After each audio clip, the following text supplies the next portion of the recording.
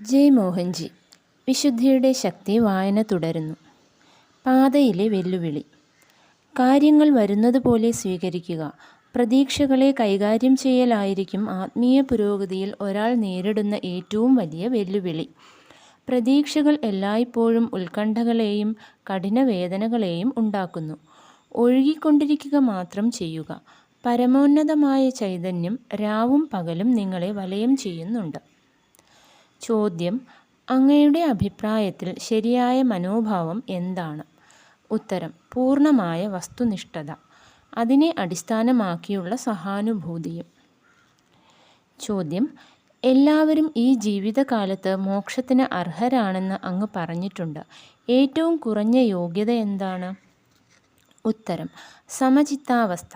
സമചിത്തതയിൽ ഉറച്ച ഒരാൾ മോക്ഷത്തിന് അർഹനാണ്.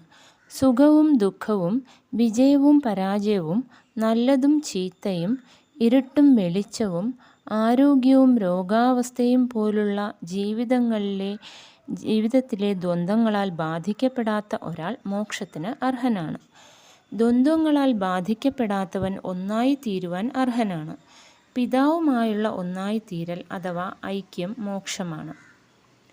ചോദ്യം: മോക്ഷത്തിന് തടസ്സമാകുന്നത് എന്താണ്? ഉത്തരം: ബന്ധങ്ങൾ, പ്രത്യേകിച്ച് വികാരപരമായ ബന്ധങ്ങൾ, നിങ്ങളെ വീണ്ടും വീണ്ടും ഇഹലോകത്തിലേക്ക് കൊണ്ടുവരുന്നു. ആത്മജ്ഞാനത്തിൻ്റെ ഫലങ്ങൾ. ചോദ്യം: ആത്മജ്ഞാനത്തിന് എല്ലാം ത്യജിക്കൽ എന്ന് അർത്ഥമുണ്ടോ? ഉത്തരം: ഇല്ല. ആത്മജ്ഞാനം എന്നാൽ തികഞ്ഞ സമചിത്തതയോടെ എല്ലാത്തിനും കീഴടങ്ങുക എന്നാണ് അർത്ഥം. മേലിൽ ഒന്നും നിങ്ങളെ ബാധിക്കുന്നില്ല. ഉപേക്ഷിക്കൽ സന്യാസമാണ്. ഉപബോധത്തിൽ ആഗ്രഹം നിലനിൽക്കുമ്പോൾ നിങ്ങൾ ബോധപൂർവം ഉപേക്ഷിക്കുകയാണെങ്കിൽ അത് ഫലിക്കുകയില്ല. നിങ്ങൾക്ക് ആഗ്രഹങ്ങൾ തീർത്ത് കൂടുതൽ വികസിക്കേണ്ടതുണ്ട്. അപ്പോൾ അത് നിലനിൽക്കും. ആഗ്രഹങ്ങളെ അമർത്തിവെച്ച് പുരോഗമിക്കുവാൻ കഴിയുകയില്ല. സന്ദർഭാനുസരണമായ അമർത്തിവയ്ക്കൽ ഒഴിവാക്കലല്ല. വിത്തുകൾ അവിടെത്തന്നെയുണ്ട്, ആഗ്രഹം അവിടെത്തന്നെയുണ്ട്. ശരിയായ സാഹചര്യം ഉണ്ടാകുമ്പോൾ അത് മുളയ്ക്കും. ആത്മജ്ഞാനം എന്നാൽ പ്രപഞ്ചത്തിൻ്റെ താളത്തിന് കീഴടങ്ങലാണ്, പൂർണ്ണമായ പൊരുത്തപ്പെടൽ. ഒറ്റയായ സന്തോഷങ്ങൾ ആനന്ദാവസ്ഥയിലുള്ള ഒരു ജീവിതമായി മാറുന്നു. സ്വയം പര്യാപ്തത എന്നാണ് ഇതിന് അർത്ഥം. ഇന്ദ്രിയങ്ങളുടെയും മനസ്സിൻ്റെയും പുറത്തുള്ള പ്രവർത്തനം അകത്തേക്ക് മാറ്റപ്പെടും. മനുഷ്യൻ തൻ്റെ ഉള്ളിൽ തന്നെ സ്വയം പര്യാപ്തത നേടുന്നു. അപ്പോൾ അത് ഉപേക്ഷിക്കലല്ല, ക്രമേണയുള്ള കുറഞ്ഞുവരലാണ്. ഉപബോധത്തിലുള്ള അനാവശ്യമായതെല്ലാം താനേ ദഹിച്ചു പോവുകയോ കുറഞ്ഞു വരികയോ ചെയ്യുകയും ആ സ്ഥലം പ്രപഞ്ചബോധത്തിൻ്റെ പരമാനന്ദം കൊണ്ട് നിറയുകയും ചെയ്യുന്നു. അതിനെ നിർവൃതിയുടെ ശൂന്യതയെന്നോ പരമമായ ബോധമെന്നോ വിളിക്കാം. ചുരുക്കത്തിൽ, നമുക്ക് ഒന്നിനെയും അതിൻ്റെ സ്ഥാനം കൂടുതൽ ഉയർന്ന എന്തുകൊണ്ടെങ്കിലും നിറയ്ക്കാത്തിടത്തോളം കാലം ഉപേക്ഷിക്കുവാൻ കഴിയുകയില്ല. കർമ്മം മുഴുവനായി അനുഭവിച്ചു തീരുന്നതുവരെ അതിനെ തുടച്ചു മാറ്റുവാൻ കഴിയുകയില്ല. അത് കുറഞ്ഞു കുറഞ്ഞ് ഇല്ലാതാകണം. ആത്മജ്ഞാനികളായ ഗുരുക്കന്മാർക്ക് തീർച്ചയായും ശിഷ്യന്മാരുടെ കാർമ്മിക പാഴ്വസ്തുക്കളുടെ സാന്ദ്രത കുറയ്ക്കുവാൻ കഴിയും. എന്നാൽ സാധാരണയായി അവർ ശിഷ്യന്മാരെ അവരുടെ പാതയിൽ നടക്കുവാനും അനുഭവിച്ചു തീർക്കുവാനും വിടുന്നു. അല്ലാത്തപക്ഷം ആഗ്രഹങ്ങൾ നിലനിൽക്കുന്നിടത്തോളം കാലം അവയെ തൃപ്തിപ്പെടുത്തുവാനുള്ള ആവശ്യകത ഉപബോധത്തെ വിട്ടുപോകുന്നില്ല. ആഗ്രഹങ്ങളെ മാറ്റി അവയുടെ സ്ഥാനത്ത് ഉയർന്ന അവബോധത്തെ വയ്ക്കണം. നിങ്ങൾ ഒരു സൈക്കിൾ കിട്ടുമ്പോൾ അതിനു മുമ്പുള്ള കളിക്കോപ്പിൽ താൽപ്പര്യം നഷ്ടപ്പെടും. ഒരു മോട്ടോർ സൈക്കിൾ കിട്ടുമ്പോൾ സൈക്കിളിൽ താൽപ്പര്യം നഷ്ടപ്പെടും. അങ്ങനെ കുറച്ചുകൂടി ഉയർന്നത് താഴ്ന്നതായി കരുതപ്പെടുന്നതിനെ നീക്കം ചെയ്യും. അറിവിന് പകരം അനുഭവം വരണം. അപ്പോൾ ആത്മീയ വികാസം സംഭവിക്കുന്നു. അനുഭവങ്ങൾ ഉന്നതമാകുന്നതിനോടൊപ്പം താണവ കൊഴിഞ്ഞു പോകുന്നു. ആചാരപരമായി എന്തെങ്കിലും ചെയ്യേണ്ടതിൻ്റെ ആവശ്യകത ഇല്ലാതാകും. നിർവൃതി വളരെയധികം ശക്തിയും സമചിത്തതയും ഉണ്ടാക്കും. ജീവിതത്തിലെ വികാരവിക്ഷോഭങ്ങൾ നിങ്ങളെ ബാധിക്കുകയില്ല.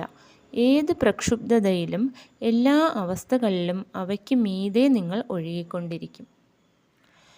പരസ്പര പ്രവർത്തനമോ ഏകാന്തവാസമോ? ചോദ്യം: ആത്മജ്ഞാനം നേടിയതിനു ശേഷം എന്താണ് ഗുരുക്കന്മാരെ സമൂഹവുമായി ചേർന്ന് പ്രവർത്തിക്കുവാൻ പ്രേരിപ്പിക്കുന്നത്? എൻ്റെ ധാരണ തെറ്റിയിട്ടില്ലെങ്കിൽ അധികം പേരും ഏകാന്തവാസമാണ് തിരഞ്ഞെടുക്കുന്നത്. ഉത്തരം: നിങ്ങൾ പറഞ്ഞത് ശരിയാണ്. തൻ്റെ മൗനം വാചാലമാകുമ്പോൾ ആത്മജ്ഞാനിയായ ഗുരു ഏകാന്തതയെ സ്വീകരിക്കുന്നു. അനുകമ്പയോ ദയയോ ആണ് വീണ്ടും സമൂഹവുമായി ചേർന്ന് പ്രവർത്തിക്കുവാൻ ഗുരുവിനെ പ്രേരിപ്പിക്കുന്നത്. ആത്മജ്ഞാനിയായ ഗുരു പരമോന്നത സത്യവുമായി ബന്ധപ്പെട്ടുകൊണ്ടിരിക്കുന്നു. അങ്ങനെയുള്ള ചില ഗുരുക്കന്മാർ അത് സ്വീകരിക്കുവാൻ കഴിവുള്ള മറ്റുള്ളവരെ അതേ തലത്തിലുള്ള അവബോധത്തിലേക്ക് നയിക്കുക എന്നത് തങ്ങളുടെ കടമയായി കണക്കാക്കുന്നു. ഇവിടെ കാർമ്മിക പരിപാടിയൊന്നും ഇല്ല. അങ്ങേയറ്റം സഹാനുഭൂതിയും സ്നേഹവുമാണ് ഉള്ളത്. അപ്പോൾ അവരുടെ ജീവിതം സ്നേഹത്തെയും കർത്തവ്യത്തെയും അഥവാ ധർമ്മത്തെയും അടിസ്ഥാനമാക്കി ഉള്ളതായിരിക്കും. അറിവിൽ ജീവിക്കൽ. ആത്മജ്ഞാനം എന്നാൽ ബോധത്തിലുള്ള പൂർണ്ണമായ ഒരു മാറ്റമാണ്. പരിമിതമായതിൽ നിന്ന് അപരിമിതമായതിലേക്കുള്ള ഒരു മാറ്റം. അറിവെല്ലാം നിങ്ങളുടെ ഉള്ളിലുണ്ട്. ആത്മജ്ഞാനം ലഭിച്ചു കഴിഞ്ഞാൽ നിങ്ങൾക്ക് ഒന്നും വായിക്കേണ്ടതായിട്ടില്ല. നിങ്ങൾ എപ്പോഴും വർത്തമാനകാലത്തിൽ സ്ഥിതി ചെയ്യും. നിങ്ങൾക്ക് ആ സമയത്ത് വേണ്ടത് നിങ്ങൾക്ക് ലഭ്യമായിരിക്കും. സ്വാമി വിവേകാനന്ദൻ വലിയ പുസ്തകങ്ങളുടെ താളുകൾ ഏതാനും നിമിഷങ്ങൾ കൊണ്ട് മറിച്ചു നോക്കുകയും ആ പുസ്തകത്തെക്കുറിച്ചോ അതിൻ്റെ ഉള്ളടക്കത്തെക്കുറിച്ചോ ഉള്ള ഏത് ചോദ്യത്തിനും മറുപടി പറയുകയും ചെയ്യുമായിരുന്നു. അദ്ദേഹം ആ പുസ്തകം വായിച്ചിട്ടില്ല എന്നത് സ്പഷ്ടമാണ്. വായനയും ഒരു തരത്തിൽ ഒരു പ്രവൃത്തിയാണ്. ആത്മജ്ഞാനത്തിൽ പ്രവൃത്തി അസ്തിത്വത്തിനും പ്രപഞ്ചബോധത്തിനും വേണ്ടി മാറിക്കൊടുക്കുന്നു. എല്ലാ വിവരങ്ങളും ആ മണ്ഡലത്തിൽ ലഭ്യമാണ്. ആത്മജ്ഞാനം അത് ലഭിക്കാനുള്ള താക്കോൽ നൽകുന്നു. നിങ്ങൾ അറിവിലും ആനന്ദത്തിലും തന്നെ സ്ഥിതി ചെയ്യുമ്പോൾ അറിവിനായുള്ള ആവശ്യം നിറവേറ്റുവാൻ നിങ്ങൾക്ക് ലൗകികമായ വസ്തുക്കളുടെ സഹായം ആവശ്യമില്ല.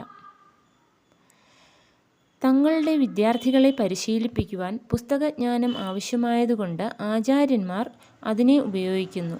നിർവൃതി ഗുരുസ്ഥാനം നേടിക്കഴിഞ്ഞാൽ അവരും സമ്പാദിച്ചു കൂട്ടിയ പുസ്തകജ്ഞാനത്തെ ഉപേക്ഷിക്കുകയും അസ്തിത്വത്തിലേക്ക് അലിഞ്ഞു ചേരുകയും ചെയ്യുന്നു.